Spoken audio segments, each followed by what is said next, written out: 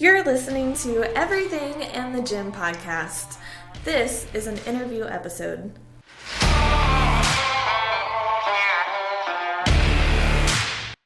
Are you ready? Yes. All right. Hello. Welcome back to Everything and the Gym. I'm your host, Shelby, and today we have one of my favorite storytellers with us. What is your name? Michael. I have known you almost my entire gym journey. I feel like it's been about that long. I asked you the other day if you remembered how we met. And because I can't believe I forgot for a little while, but I've known you so long and I've hugged you so many times and so many conversations. But I gave you one of my first stickers. Yes. And you made me cry. Yes. I pulled my hat down in the gym. I was like, oh my God, who is this lady and what is she doing right now? And then it was perfect timing because I was going through some stuff and then you handed me that sticker. You're going to make me cry on camera. Bring it out. Sticker and I read it and I was like, who is she? I walked up to her and I was like, dude, thank you so much. And then the tears started coming and I was like, okay, I gotta go. And you hugged me. Gotta go lift now. I did. I hugged you, and it was, people underestimate the power of a hug. And that's one of the first things I told you. I was like, hugs are important, and I'm glad that we did that because like every time I see you now we hug. Yes. It's great. It made it a lot easier for me to be more open in the gym because prior to that I was always face down, machine to machine, not saying nothing to nobody. You're gonna make me cry now. But then yeah, I mean, thank you. That was our first little gym experience. I remember that impacted me so hard. I remember I thought about that for weeks. I was like, I can't believe a sticker of all things. Cause I was fresh to like handing them out too. So I never knew like how people were gonna take that. Yeah, right. It was like the initial interaction was kind of weird to me because like I'm not very, like I like my bubble, Yeah. And I'd like to chill in my own little spot, my comfort zone. And then here's some strange lady coming up to me with this big old smile. You had said something along the lines like, I've seen you working out and, the work you put in. I just want to say that, and handed me this sticker and I was just like, it's kind of weird. And I read the sticker and I was like, holy cow. The stickers talk. They do. I don't know. I reach in a bag and I'm like, this person needs a sticker today. And it's like you pull one out and it's like, oh, this person needs this sticker today. And I don't know how. It's unimaginable. Do you remember the last sticker you gave me during our ride class? The one from yesterday? Yes. It was the Star Wars squat. You must. And then I got all kind of butthurt because I was like, man, I gotta go squat. Did you? No, today was gonna be my squat day, but I'm here. Oh. Maybe I'll go hit the gym afterwards. We'll see. All right. I was gonna ask you if you were working out today. Yeah, I would like to. I don't have to. I like to, but I like to do it in the morning because I like to work out in a fasted state. Yeah. And I feel like I'm going to have to eat before I go to the gym, especially if I go later in the day. I was going to bring this up later, but since we're already there, hang on, pause. How old are you? 43. Okay. I usually ask that in the beginning. Okay. I'm 42. I'm 42. I'll be 43 next month. Okay. Might as well just round up, right? Yeah. Old enough. You and I came and like sat down beside you the other day. You're one of my favorite people to talk to. Yeah. And you made the comment that you have to go to the gym for like your therapy. Yeah. Does it feel off when you don't go to the gym? Yes and no. Yes, in the sense that like it makes me feel agitated. But I mean, I can calm it by doing something else. Like I love gardening. So my bathtub right now, my little jacuzzi tub with all the fancy jets and everything is full of roses. I cut down a bunch of roses and I cut a bunch of rose hips. So like, even if I don't go to the gym, I find other ways that I can mitigate the agitation that my body feels. Are you saving those roses for Valentine's Day? Oh no, not at all. I'm saving those to just make a ginormous rose garden. I've got 42 roses in my bathtub right now. And then I've got like 600 seeds. I literally sat down and binged Netflix, cutting open all the rose hips I pulled off of the 3 rose bushes I have in front of my house. I had like 100 rose hips or something. And then I cut them open and there's like tons of seeds in each one. And I'm like, oh my goodness. Just sat there splitting, watching TV. and then, I started, propagating them just to see if they would survive. I don't know how to do this stuff. Yeah. Like, I mean, I know how, but I've never done it with roses. So I was like, let me see if I can make these suckers grow. And sure enough, some of them they're all about 1.5 inches right now. And then I have some rose stalks that I cut down and then, prep them and cut them into little 6-inch pieces and stick them in the dirt and see if those work. And I've got like 5 or 6 of those that survived. You've got like 600 seeds, so you have 600 chances to try something different. That's what I said. I was like, if I lay all of these out, at least some of them are gonna grow. Yeah. So it's like when I take pictures, I'll go. One of those pictures is gonna be great. Yeah. The rest of them I'll toss in the trash. That's how I get around, because I don't like to clean. I don't like to do other stuff. I like to build stuff, but it's always I invest 100% of my effort into something. Mm-hmm.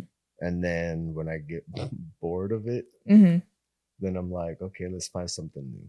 It might be sports cards, and then woodworking, and then I want to learn how to weld. You know what I'm saying? But I know in my heart, I'm going to be like, I need to buy a mask, a machine. I need to do this. I need to do that and this. And I'm going to spend so much money. And what am I going to weld? Yeah. A couple little things. And I'll be like, okay, that's cool. A new fence. Oh, I just got a new fence. My fence is up, but I could do my neighbor's side. Yeah. Because right now mine is like a L. And then my neighbor's side is just like blowing in the wind like that. So cool. I did not expect to be talking about roses. Right? Most people they don't like, after the cast or whenever we break, I'll show you some pictures of my plants. Dude, I got so many. My mom, I got my green thumb from my mom. I got a fig tree and banana trees that I drove.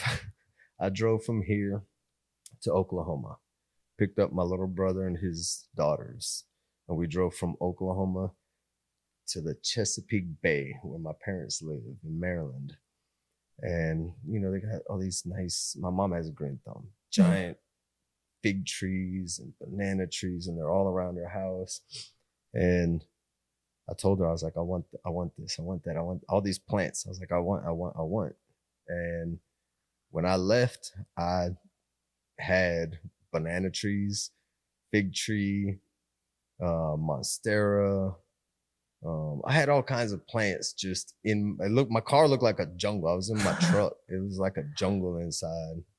And I brought them all here and they're still growing. That's all of them.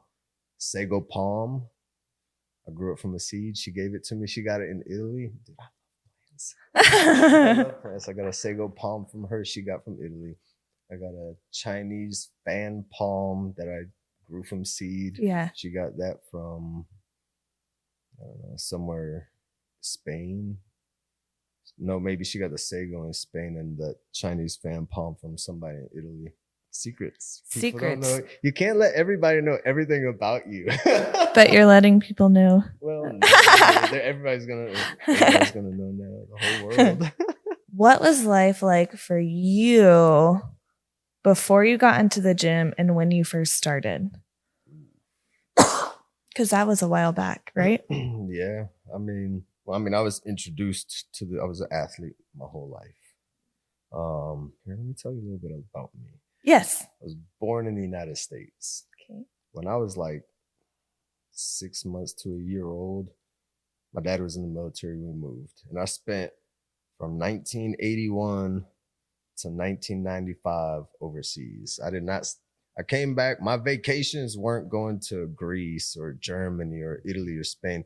Like my vacations weren't going to exotic locations or whatever. It was coming to Texas, South Texas, where my dad's from.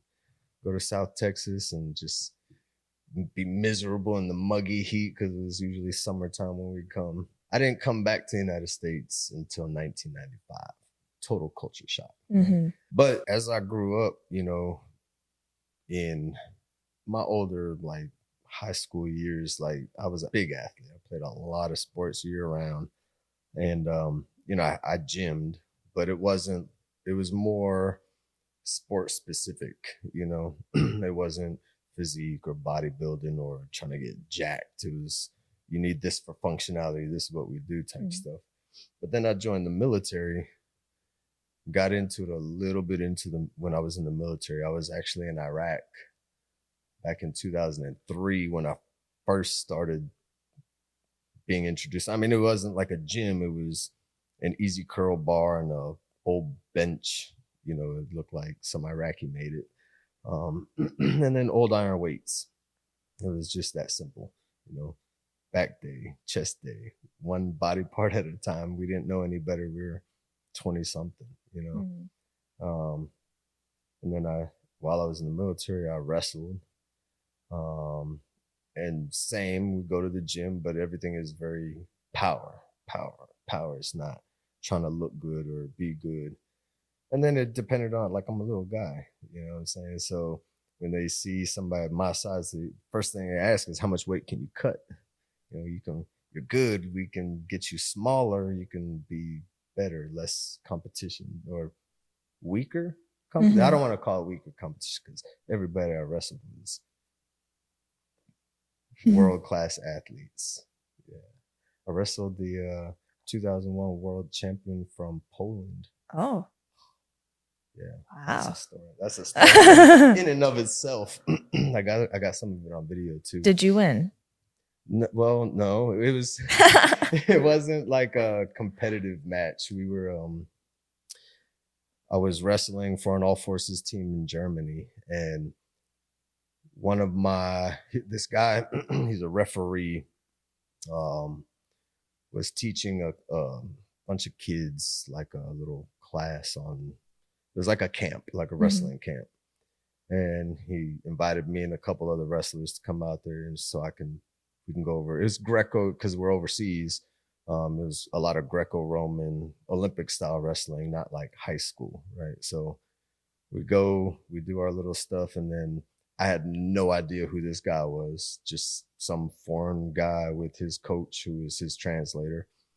And they were like, hey, he wants to, you know, go over some throws, you know, because I'm a Greco guy. Like freestyle is classic where you see him going for legs and all that stuff, kind of like in the MMA. Greco is all upper body, picking people up and throwing them and stuff like that. So I was like, cool, man, I'll go over there. And we did a little scrimmage, and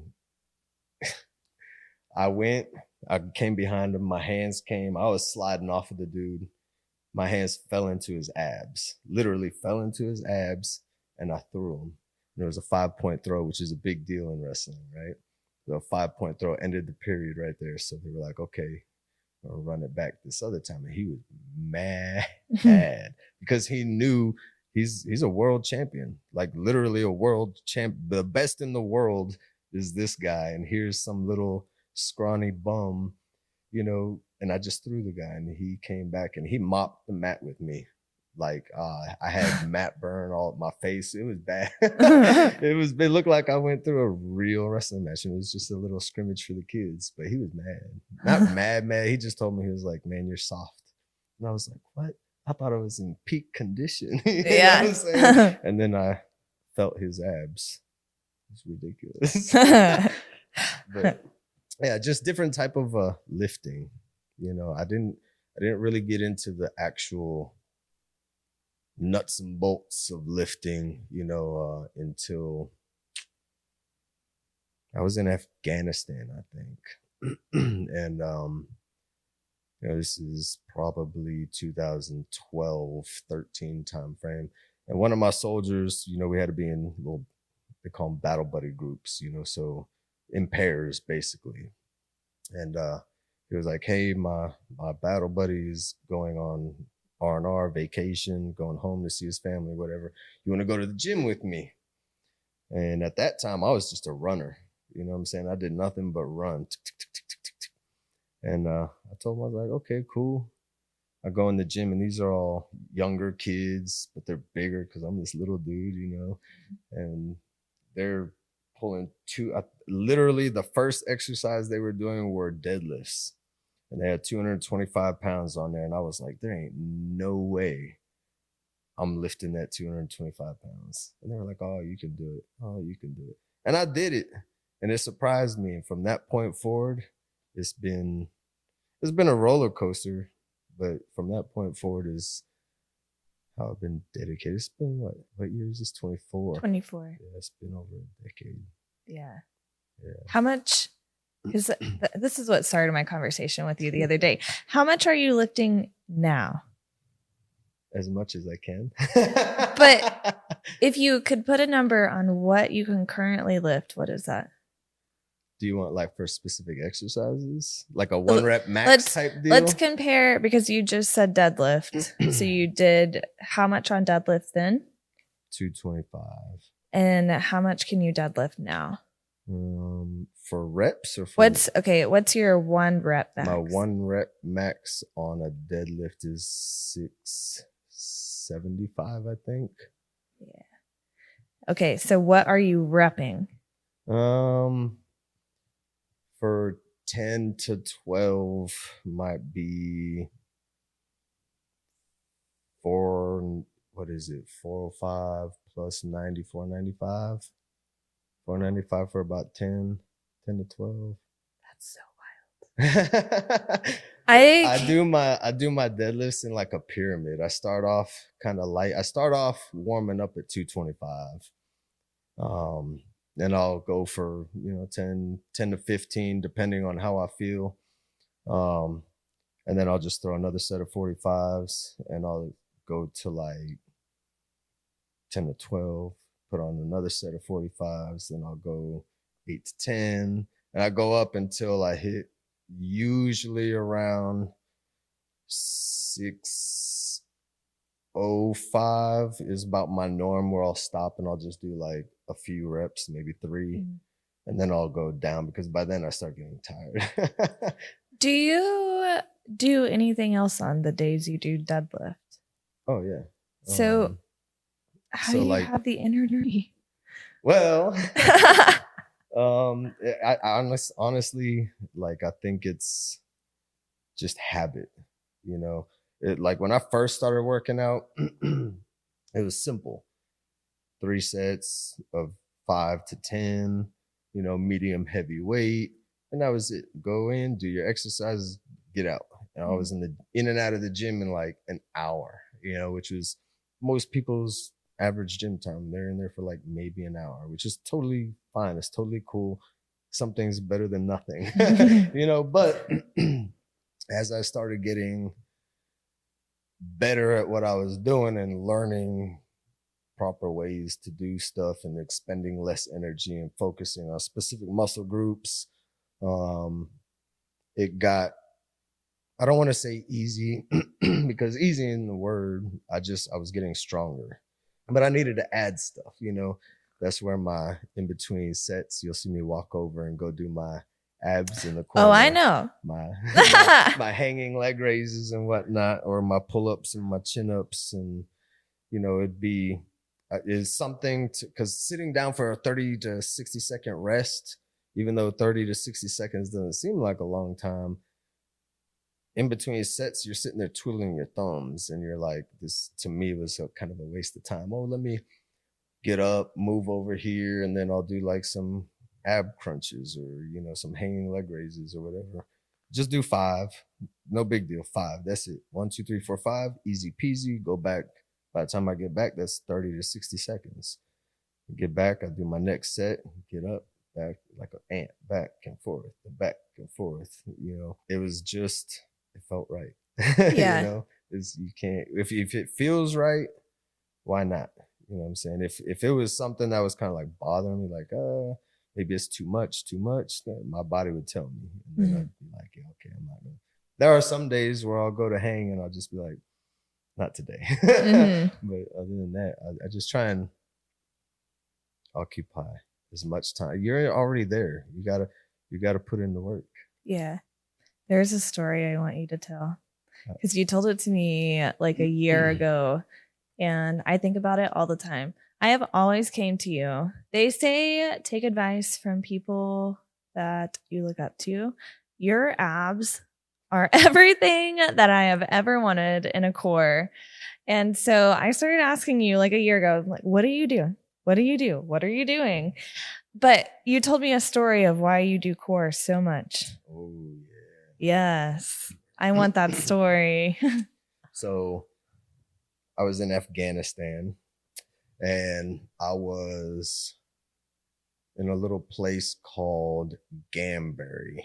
And it was basically, I think, somewhere between 3,000 and 5,000 Afghan National Army soldiers, and then maybe like 25 of us Americans. And I was the only medical dude there, right?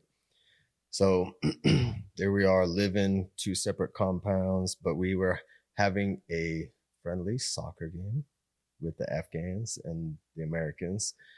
And, you know, we're playing on like caliche, broken rock, dirt, sand. There was nothing fancy. And just during the match, you know, the ball's going over my head. I'm a little guy, they always do. So I'm trying to head the ball backwards, and I felt a little stretch, a little something in my abdominal area, but it wasn't like my abs, like I couldn't touch it, like it was inside of me. And I was like, that's weird, but whatever. Kept playing, and then went to play some football, American football, with a couple other dudes. And I was running, and I was full sprint. Man, I was smoking this dude. He was talking all this trash. He's fast. He's this. He's that. I was like, that's cool, man. When I was in high school, because I'm old. Back in my day, you know, I ran a 4.45 40. That's pretty freaking quick for a little man. My high school track coach always wanted me to run track, and I was like, I can't just run in a circle. I need a ball. I need somebody to chase after, you know. And I told him, I was like, I ain't slow. So I tried to show him, and I guess my old age caught up or whatever. No, I think I was still in my early 30s back then. But, you know, I made a nice cut, and I felt a rubber band pop. It was deep inside, and I went to go take another step, and my leg didn't come forward. I tore my psoas. It's a deep internal hip flexor that makes your leg come up and down, lets you sit up. So didn't know. I ate the rocks, got up, hobbled to my bunk, and I was like, this is not good, because I was the only medical person there. So I had to wait until we were able to get a convoy to go to another base, basically, so I can see a doc. They were like, yeah, you either got to have surgery or you got to tough it out. And I was like, I guess I'm toughing it out. So self-medicated with some Mobic and ice compression, you know what I'm saying? Luckily, I had a bunk bed with like these little bars so I can reach up and pull myself up. And my soldiers were cool. They would help. I told them, I was like, we get into anything, y'all just got to listen to what I tell you. And because I can't do nothing. I was basically useless. It was bad. But I hurt myself. And I was like, why? How? What could I have done? And it was just weak. You know what I'm saying? People underestimate the importance of your core. And when they say core, they think abs, like the 6 or 8 riblets and stuff that show, you know what I'm saying, all these fancy things. But that's not what it is. It's way deeper than that, like life itself. You know, your deep internal hip flexors, all that stuff is important. And if you're not doing the right exercises to strengthen those things, you might be big, bad, 250-pound tough man, but if you're not fixing everything on the inside, you're gonna be useless, like I was. You know what I'm saying? I wasn't 250 pounds, but you know, I was definitely useless. And I feel like from my point of healing, my recovery and everything, I never, ever, ever wanted to feel that useless ever again. So I was like, core, but not the core like everybody else does with like ab crunches. Like I'm doing stiff leg. I hang kettlebells, 10-pound kettlebells on each of my feet. I do stiff leg raises. You know, I'll do high knees hanging. You know what I'm saying? But this is just a byproduct of an injury. You know what I mean? And it's not all exercise. Obviously, you gotta eat right. But I tell you what, I do love me some tres leches cake. But yeah, you gotta have a good diet on top of discipline. How long did it take to recover from that? I think I was able to like walk upright, unassisted, maybe 60 days after the injury, like without having to have people carry all of my stuff. I didn't get back to like running or any rigorous physical activity for probably 90 days after. And then truthfully, maybe like a whole year and some change before I was like 100% recovering. It was bad. Like I never, ever want to feel that way ever again. Yeah. So, I mean, you got choices, you know, like, I can live this way and not worry about certain things and just deal with things as they come, or I can deal with the stuff now. That way I don't have to worry about worrying, you know, like, am I going to be okay later? That was not a fun story. It wasn't a fun experience, to be honest. It was horrible. How long ago was that? That was back in like 2013. Yeah. Do you do abs every time you go into the gym? I'm a liar. It was not 2013. It was 2009. Oh. Let me see. I got to Hawaii in 2008. I deployed 2009, came back. Yeah, so it's my 2009 deployment when I hurt myself. Dang, see, now I'm remembering dates. Dates are hard for me. Yeah. So I was in Afghanistan in 2009 and then again in 2012. I think 2012. It was 2012. I remember. Was it 2009 or 2012? She's gonna edit everything. She's gonna be like, oh, it's 2012. Yeah, it was 2012. Yeah. So do you do abs every time you're in the gym? Yes. Abs all day, every day. In between every single set, I do five. It's easy 5. If you're going to do one, do one. And it doesn't have to be hanging. You know what I'm saying? Mine wasn't hanging all the time. Like I've slowly increased my difficulty level, if you will. You know, I went from using the captain's chair and doing knee raises, and then to hanging, a dead hang, and then a dead hang with a scap pull, and then my scap pull with a, you know, little bicep flex in there. And, you know, it's, as long as when I say people underestimate the importance of a strong core, it's not just because it helps you get up or lift your legs. Like when you lift weights, like you should be embracing your core through all of your lifts anyways. You're deadlifting, brace your core like somebody's about to gut punch you. Brace your core. You do bench press, sure, you're going to arch your back, but you got to brace your core. Everything you do, you brace your core. Otherwise, you're slinging your body around left and right and you look sloppy. So embrace your core. And what better way to get your muscles engaged than work them? You know what I'm saying? So get a little bit of ab work. It's nothing crazy, nothing heavy. You don't have to sit there and do 100 crunches, you know, at one time to strengthen your core. A little bit at a time, bit at a time. The advice I needed to rehear.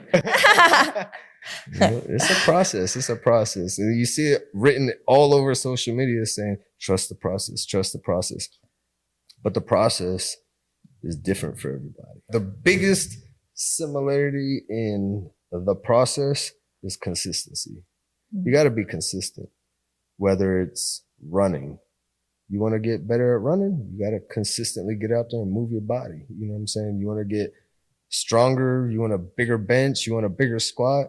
Consistent. Go squat, squat, squat, bench, bench, bench. You know what I'm saying? Doesn't have to be 335 pounds on a bench every single time. You know, you'll kill yourself, you know, but you got to trust the process. And the process isn't, the process is this and this. And sometimes this, you know what I'm saying? It's just, that's just the way it is. And you got to deal with it. It's life too. Life. What did you do medically? In the military? Yeah. In the military, I was just an Army medic. Okay. Yeah. So I was I don't know what they would call it now, but I came in as a combat medic. There were two differentiations because I came in before I was actually in basic training during 9/11. So before all of this stuff happened, you know, you had your hospital soldiers, your hospital medics, the ones that just, that's what they did. They aimlessly wandered around hospitals doing stuff, right? And then you had your combat medics, which were the ones that had the crappy jobs of being with all these, you know, combat units that were in the field and they were training and they were dirty and living in crappy tents and this and that while everybody else is living the posh life in the hospital. Is the difference between MASH and General Hospital, you know? It's that was it. So I was the MASH kind of guys. I was living in a cruddy, I didn't even live in a tent in my first deployment. I lived out of my vehicle. For 18 freaking months. I lived in a little metal box. It was horrible. It was horrible. But yeah, that's what I did. I did combat medicine. It was a lot of trauma, muscular. So I got really lucky in my medical career, especially in the military, because prior to that, I wanted to go to medical school. I wanted to be an obstetrician. Kind of changed my mind. I was like, maybe that's not the best for me. I'll be a pediatrician because I just wanted initially to deliver babies into the world. And then I was like, man, let me change that. Maybe I'll just deal with like the young ones or whatever. So I wanted to go to medical school and then got pregnant. And I was like, I can't pay for medical school and a baby. I got to do something. So I joined the military. And then my first doc was a special forces medic. He was a physician's assistant. And he saw my passion in medicine and was like, I'm gonna make you the best. And he sure enough did. That's awesome. But it was a lot of, because it was all men, combat arms, you know, heavy equipment, you know, it was trauma. It was musculoskeletal injuries. It was, you know, like disease, non-battle injuries at the least, you know. But as I got progressive through my career, I got to dabble in the hospital life and administrative life and, you know, being, you know, running clinics and stuff like that. But there's nothing better than real Army medicine, to be honest. It's more fulfilling. You know, it's more fulfilling to say, you know, this is what happened and I fixed him or her. You know, I fixed this person.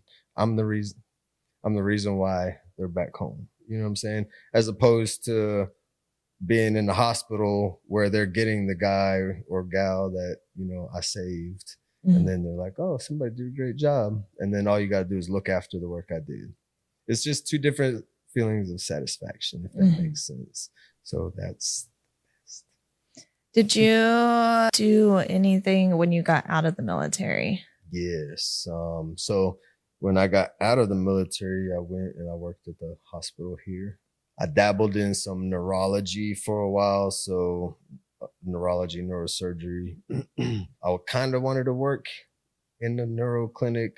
And they were like, well, they didn't want me basically. So I was like, okay, cool. I'll go to musculoskeletal. I went to go work for a pretty decent doc around here.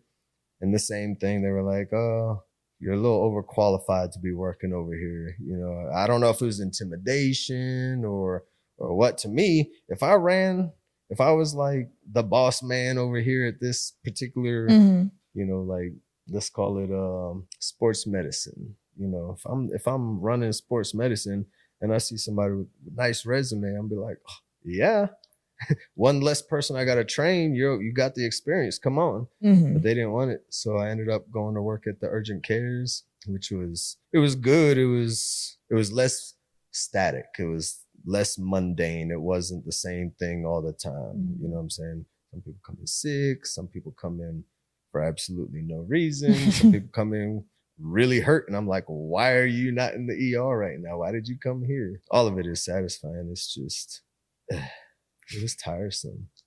Yeah. It got really tiresome for a while. You're retired now, right? I am.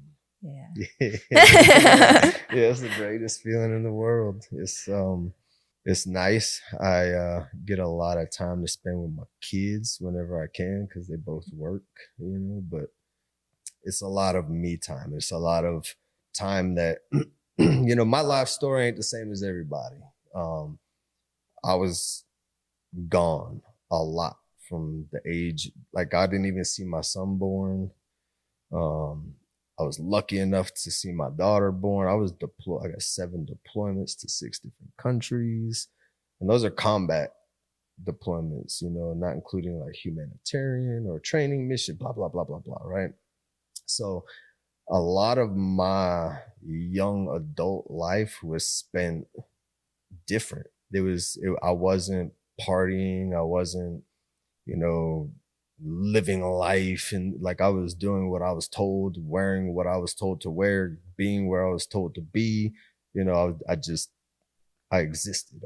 My job was to just wake up and do what I was told. And, you know, with all of that, like I knew what I was getting into when I joined the military. You know, my dad was in the military. I grew up around the military, but I wasn't expecting a war. You know what I'm saying? Nobody does. But I was already mentally prepared, like, because I already know what's enthralled in being in the military. You know, there's all these possibilities. Are they all going to happen? No. But when they do, it's like, what do we do now? And most of my young adult life was just being gone. And that's kind of what got me out of the military was, you know, my son was here playing football and he had went back to Maryland with his mother and was like, I don't like it out here. Competition isn't the same. He came back here, started getting back into football. He was like, this is where he needed to be a football player. What better state than Texas, right? So I was coming up to leave. I was coming up on orders to PCS and it was like, well, I don't want to leave because I already established myself here. And I was like, oh man, we can move down to San Antonio. It'll be great, yada, yada. He was like, no. So I was like, well, so I hang up my hat here and this is where I am. And he don't even play football no more. But it was probably the greatest decision of my life I only did 17 years. I say only. It's a long time. It's not the full, you know, retirement, but like an early retirement.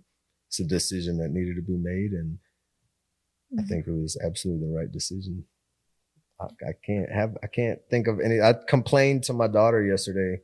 I was like, my life is so hard. Oh, this is after I woke up from my nap on the couch. I came home from the gym, got a shower, laid down on the couch, took a nap, and I woke up and I was thinking about food and I was like, oh, my life is so hard right now. She just looked at me and rolled her eyes because she was getting ready to go or she had just got back from work, I think. And I was like, oh. Spin, where are you at? Ride class? Oh man, I love, you know what? That first class was the first time I'd done cardio in forever. And I thought I was going to die. And I fogged up that whole back corner, you know what I'm saying? Oh, yes. And I left my DNA all, there was a puddle of me. There was a puddle of me. I came back after my workout because I did your spin class. And I went and I did a quad calf day, which is the biggest mistake of my life. And Always. then I went back to go do my post-workout pictures in there. And I was like, let me go look at and see if my DNA, my sweat was still all over the. So I go out and sure enough, my puddle was still there. And I was like, man, let me go wipe this up. Somebody slips on it later or something. They need to just keep like a mop in there and we'll just mop up everybody. I love your spin classes. I'm not the most outgoing person. So like there's times where you're like, clap, clap. And I'm like, or you're, ooh, ooh. I'm just like, I'll tuck my face down. I'm like, I'm not going to do it. I'm just going to grind extra hard while she does it. So my energy is there. It's just not all in front of everybody. It's more like, the day that I did that Queen song, Somebody to Love, I left that class. I think that was Tuesday. I left that class and I texted my husband and I said, I don't know who was on stage. I was like, but I loved her. I had so much fun teaching that class the other day. I think not this past Thursday, because I think I slacked a little bit yesterday. Not intentionally. Like I was getting it. I only did 13 and some change miles compared to the 16. But when I did that 16 miles on Tuesday, is that the class you're talking about? Yeah. The Tuesday class? Yeah. Yeah. That one was, I don't know what was so inspirational. I was getting it, especially when you do, because I'm still new to your classes, so I'm still learning. But when you do that, right? Oh yeah. that pump. That it literally the first time I heard you, like it was so pretty. It gave me like goosebumps. Like I felt it. Like when you said "right," it went through my body, and I was just like. Because it was so motivating. I don't know what it was. I'm gonna record it one day. If I give you the energy, then you're like, okay, I've got to have that energy. And so something about like that ride, and I make it loud and I'm like make it long, and it's like, okay, it's time. Energizing and motivating, and it's so like I can't even explain. Like it goes, you have like a theme song that plays, and then when you say ride, it like all hits the same time, and it's like a surge of it's crazy because like I feel like a lot of people don't experience that, you know what I'm saying? They don't. I don't know their logic behind why they don't, you know what I'm saying? But like when that theme music and your ride, they smash together, and the lights, the mood, like the lights are low, and you already had walked us into this little speech about where we're going to be mentally. Yeah. And I think maybe that's what it is like mentally you get there and you're already like composing yourself, thinking about where you need to be. And then the music and that ride hit, and it's just like, it's motivating. I did it was a Thursday class. You weren't in there. I had everybody close their eyes because I personally just wanted to know. And I asked if we got to that song, and I paused the music and I said, I would like you to close your eyes, and everybody closed their eyes. And I said, I just want you to raise your hand if Skyfall affects you. And every single person raised their hand. And I was like, okay, you can put your hands down and open your eyes. And we did it. And just, it's crazy. That's the one song I've done from the very beginning, and it is every single class, and I can't get rid of it. Don't get rid of it. Yeah. At least if you see me, you got to do it. Yeah. Because if I ever go to a ride where you don't do that, I might be upset. I think a lot of people would be. Yeah. It's a staple. It is. Yeah. It's like what do they call that? Like when you put your stamp on something. Yeah. It's your trademark. Yeah. Yeah. Dude, I love it. Thank you for coming to class. Oh yeah. I do enjoy it. I didn't come that one time. I think it was just I woke up early. I got ready. Yeah. I got ready and it was still early, so I sat back down on my bed and I was out. Mm-hmm. And then I woke up and it was like maybe 9:15. I was like, there's no way I'm gonna make it 20 minutes down the road to get to spin. So I just took my time. Yeah. Then I came in and I was like, don't see me. Oh yeah. Don't see me. No, I was like, I saw you walk in and I was like, we're gonna go have some words. As soon as I saw you, I was like, oh man, let me brace myself for what's coming. I know. So what is something you have learned about yourself in your fitness journey? Does it have to be a good thing or a bad thing? Anything. That I'll never be satisfied. And I'm happy. I am happy. I feel good, but I know I can be better. I know I can be stronger. I know I can be faster. I know I can go harder in the spin class, even though I'm new to it. You know what I'm saying? Like I'm a very, very, and I've known my competitiveness since I was a kid. I have to win. My grandma, I was in Greece. I lived in Greece for 3 years and my mom is Greek. So my grandmother lived right down the road and they would be playing card games. You know, I'm a little kid. This is 80s. Like since then, you know, playing cards, if I lost, I threw a tantrum. So my grandmother would cheat for me. She would slide me some good cards and I'll win. You know, they were gambling, little drachma here and there. I would win and I'll collect my money and I'll bounce. And I'll go to a little perito, a little place to go buy snacks and stuff on the side of the road. I'll go and I'll buy a little whistle pop and I'll come back with it. And that's where all my competitiveness stemmed from. And I've known that since, because like I have to win, I have to win, I have to be better. I was always a little person, you know, like I'm 5'5" on a good day. I was always an athlete, you know, but I was never big enough. You know, I never got picked first, you know, boohoo sob story stuff. But it was the reality of my life. I was the little scrawny kid.